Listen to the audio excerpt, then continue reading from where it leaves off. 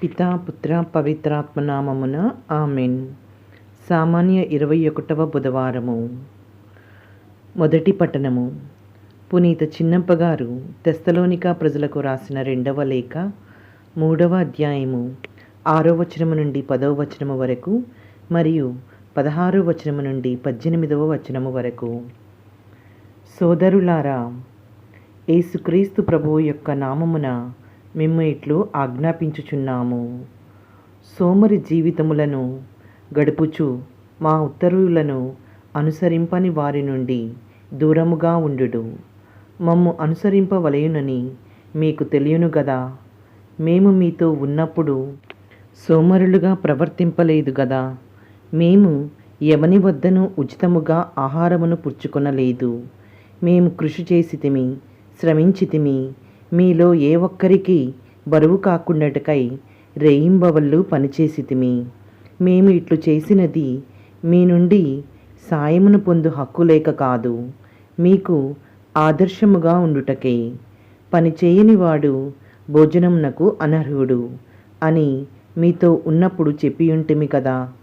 మన శాంతికి మూలమగు ప్రభువే సర్వదా మీకు అన్ని విధములుగా శాంతిని వసగునుగాక. ప్రభువు మీకు అందరకును తోడైయుండును. పౌలునైన నేను నా స్వహస్తములతో ఈ శుభాకాంక్షలను వ్రాయిచున్నాను.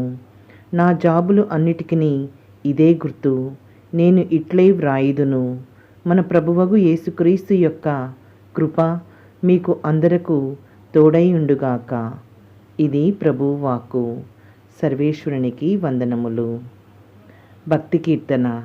కీర్తనల గ్రంథం 128వ అధ్యాయము 1వ వచనము నుండి 2వ వచనము మరియు 4వ వచనము నుండి 5వ వచనము వరకు. అందరూ ప్రభువు పట్ల భయభక్తులు చూపు నరులు ధన్యులు. ప్రభువు పట్ల భయభక్తులు చూపుచు అతని మార్గములలో నడుచు నరులు ధన్యులు. నీ కష్టార్జితమును నీవు అనుభవింతువు. నీవు ఆనందమును అభ్యుదయమును బడయుదువు. అందరూ ప్రభువు పట్ల భయభక్తులు చూపు నరులు ధన్యులు.